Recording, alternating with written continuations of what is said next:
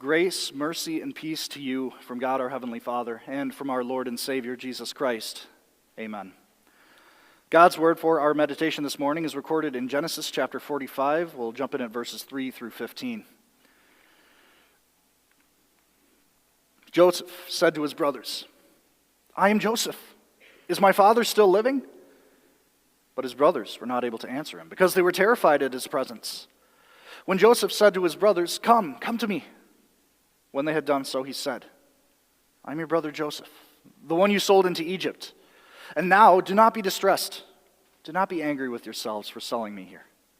Because it was to save lives that God sent me ahead of you. For 2 years now there's been a famine in the land, and for the next 5 years there will be no plowing and reaping. But God sent me ahead of you to preserve for you a remnant on earth and to save your lives by a great deliverance. So then, it was not you who sent me here, but God. He made me father to Pharaoh, lord of his entire household and ruler of all Egypt. Now hurry back to my father and say to him, this is what your son Joseph says. God has made me lord of all Egypt. Come down to me today. Don't delay. You shall live in the region of Goshen and be near me. You, your children and grandchildren, your flocks and herds and all you have. I will provide for you there, because 5 years of famine are still to come. Otherwise, you and your household and all who belong to you will become destitute. You can see for yourselves, and so can my brother Benjamin, that it is really I who am speaking to you. Tell my father about all the honor accorded me in Egypt, and about everything you have seen, and bring my father down here quickly." Then he threw his arms around his brother Benjamin, and wept. And Benjamin embraced him, weeping. And he kissed all his brothers and wept over them. Afterward, his brothers talked with him. This is the word of our Lord. In the name of Christ Jesus, dear fellow recipients of Christ's amazing and freeing love, you've probably looked at the theme, you saw it as you came in, or maybe you even pondered it a little bit last week when we announced what the theme would be for today. And you've heard the readings. Maybe you still feel that stinging, nagging thought in the back of your head. Forgiveness for them, right? Obviously, them is rather vague, unspecific, and nebulous, but I'm sure many names and many faces have come to mind when we say that the theme of the day is forgive your enemies. You know the type. You know what has been said behind your back, a nasty rumor that got started. You know the hurt and the heartache that you have felt when that person just tore down that relationship that you thought was going well, or destroyed something that was clearly already struggling. You know those moments of what it feels like to be stolen from, or maybe even hurt and abused physically. Whatever the case may be, this is where it gets tough. Because yes, Jesus does say in his word, yes, forgiveness for them. It's forgiveness for all, really. Who are we to break the model that our Savior has given us? And I think we can see that well exemplified in Joseph this morning. When you think about his story, I had the blessing of being able to kind of catch us up a little bit to speed a little bit with the children's devotion here. But I think one thing that we forget about is the amount of time that passed in between Joseph's 10 brothers sinning against him so grievously and the moment in which we find ourselves today in Genesis 45. To catch us up a little bit more here, Joseph, when the plot was made against him and he was thrown into the pit and sold into slavery, he was about 17. Then we take another little bit of a jump, 13 years, where he becomes second in command in Egypt, which, by the way, that's an impressively short amount of time. For Joseph to go from a lowly slave, traded away from a strange land, to being second only to Pharaoh. In 13 years. What an amazing display of faithfulness that Joseph exemplified to all people that he served. Whether it was in the house of Potiphar or in prison, Joseph made himself known by his faithfulness. Then, I guess the transition applied to each and every one of these slides. 7 years later, was the bad famine. Remember, what put Joseph second in command was him interpreting Pharaoh's dream. The 7 good years would come, and they would reap and store away all that they would need, not just for the region of Egypt, but for many peoples around. This was millions of lives in the balance. And 7 years were good. Joseph applied himself to his spot, to his command. And then that bad famine hit. His family, his brothers up north, made it about 2 years. One more time. So at about 39, Joseph stands before his brothers. 22 years. 22 years is a lot of time. A good enough amount of time to maybe let things fester and seethe. I wonder what was going through Joseph's head. I mean, clearly when you read the words recorded here, it was obviously love and forgiveness and compassion for his brothers who were so scared in this moment. But I have to wonder how vividly he remembered the darkness of that cistern, the faces of his brothers as they callously threw him in and then pulled him out only to sell him into slavery. And here he sat, literally at this point in time in the world, one of the most powerful people in the world. Could have done anything he'd wanted. As I mentioned with the kids, throwing him in jail would have just taken a snap of his finger. Execution, just a snap of his finger. Selling them off into slavery as soon as he'd command it. It was all there. The ability for him to take revenge. And he didn't. I think this is a good reminder for us. When we ponder the very message of forgiveness, we should heed well Joseph's words, because Joseph was dealing with people who knew their sin well. It's right there in his words, right? Don't be angry with yourselves. Don't be distressed, because I'm sure all of the negative emotions and thoughts were coming to mind for them. They knew they had done wrong. Joseph had them dead to rights. And yet, we catch a little bit of a glimpse of how forgiveness works. I think we can see it work in Joseph's story here in 2 unique ways, as forgiveness looks forward and it also looks backward. Here, we can see how it looks forward. Because it's almost like a ripple. When you throw a rock, a small pebble, into a pond and just see how far out the effect of what you had done, no matter how small it was, can truly extend. Joseph saw this plainly. He saw it outright. He noted exactly where the world was now because of his position, his command that he was giving in 2 out of 7 years so far of bad famine. Millions of lives lay in the balance, thanks to Joseph's work, ultimately thanks to God's work. Millions of lives would be spared. Millions of lives and households would have food. This is all because 22 years ago, a selfish band of 10 brothers decided to act on their sinful jealousy.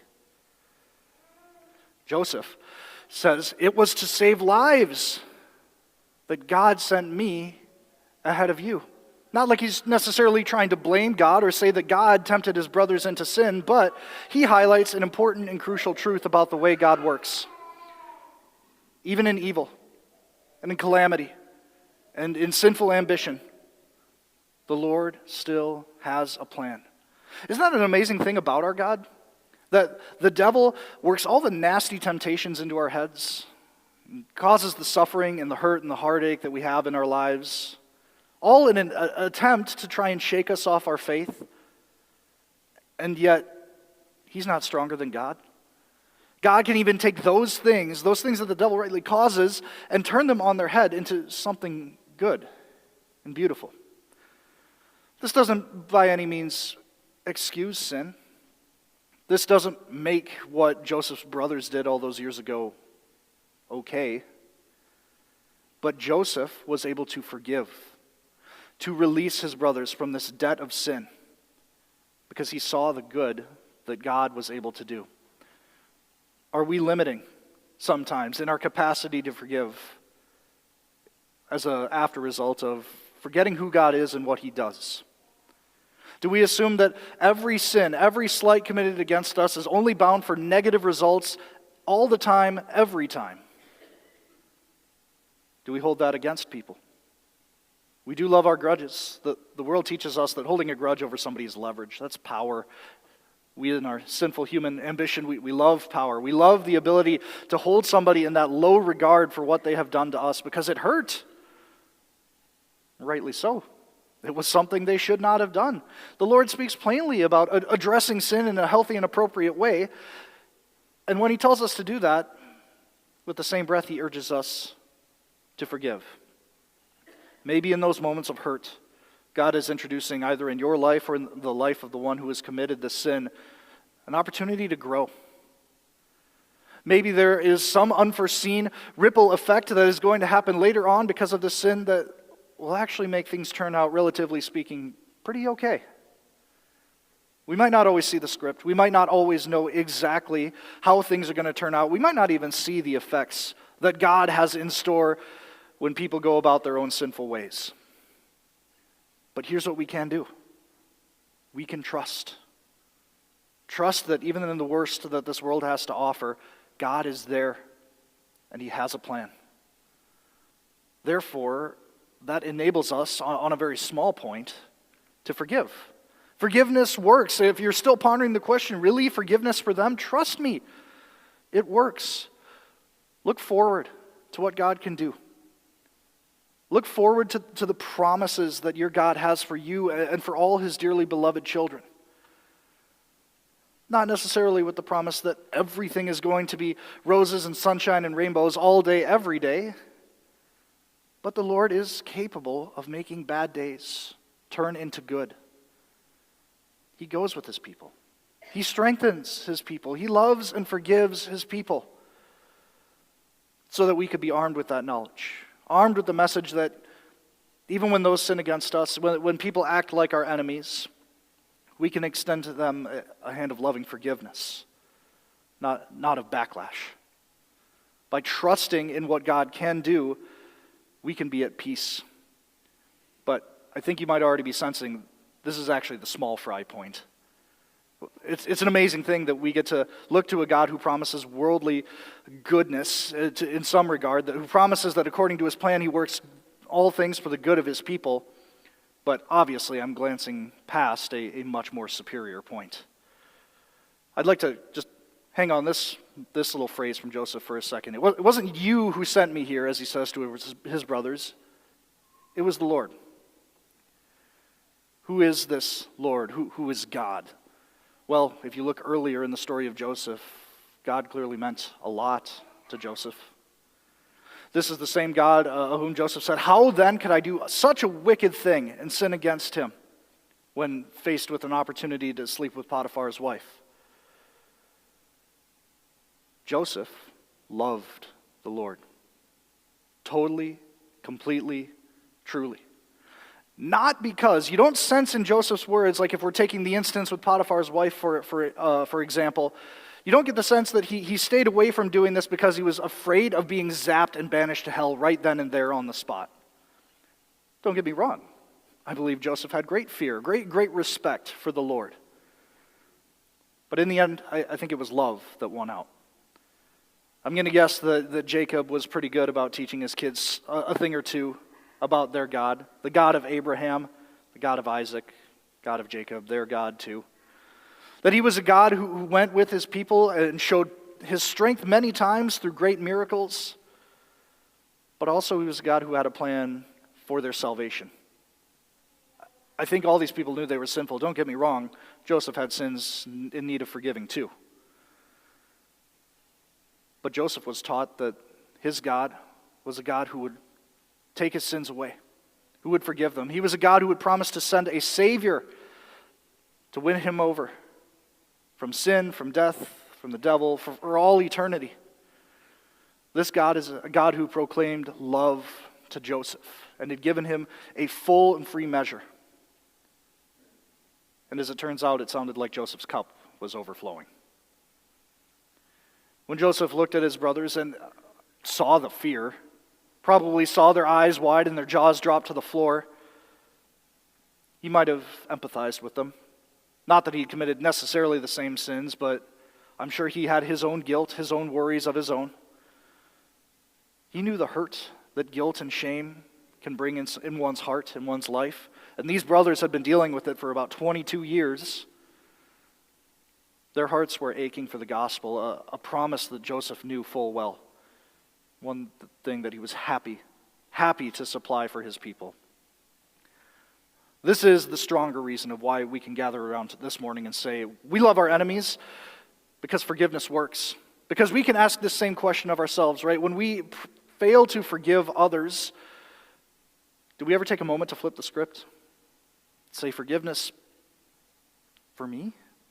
Do we deserve all the kindness, all the riches of God's love, all the mercy that He has shown for us? Do we deserve to gather around our Savior's body and blood today and receive again the very promise of forgiveness of sins, the blessing of life here in this world and forever in heaven? The obvious in God's laws is a clear no. We didn't deserve it, but God gave it to us anyway. Even though tomorrow we're going to do things that show we don't deserve it, God still says, this is here for you. The entire life of a Christian is one of repentance, is what Martin Luther said. One of constantly realizing our unworthiness and yet in grateful joy, turning to the Lord who promises to love and forgive. As it turns out, forgiveness works not just by looking forward, but also by working backward. Looking to what your Savior has done for you. It's a bit like the parable of the unmerciful servant. We didn't read it today, but it comes to mind, right? Who should we be to show hate and to hold people's sins and guilt against them when we have been forgiven it all? Our true motivation for showing love to our enemies is a motivation of love. Love freely given to all of us. Love that even cancels out those times where we have been unloving and unforgiving ourselves. Our Savior went to the cross fully and completely, joyfully for you, because He knew the end result. To fill you up with love, with the promise of joy that He has in store for you, so that you can be well armed to go out into the world, to preach a message of love and kindness, the likes of which the world has never actually truly heard. Everything's so conditional in this world, and yet in our Savior we find no terms, no hidden contract, no strange fine print. Love, freely given, joyfully received. May God remind us each and every day of the forgiveness He has extended to us, the love He has shown to us who were once His enemies, so that we can show love to our enemies. I'm not saying this is necessarily the direct promise we have from God, but I think it's a blessing that He gives. Maybe you've noticed this in your lives. What happens sometimes when someone is showing no love to you, but you show love to them? You might get them to stop. Get them to think for a little bit. Get them to see the situation as it is. Maybe open the door to their heart little bit by bit. And in so doing, you're taking part in a gracious privilege of sharing your Savior with them. Maybe, just maybe, as the Savior has turned you into a friend, by your forgiveness, your heart of love, you might just be able to turn an enemy into a friend as well. But greater yet, you are introducing them to the greatest friend that they have as well, their Savior and yours. May God always keep us reminded with that heavenly mindset, that heart that is focused on pure love and forgiveness each and every day, so that we can preach it out to a world that needs to hear it too. Amen. And the peace of God, which surpasses all understanding, will guard your hearts and your minds through Christ Jesus our Lord. Amen.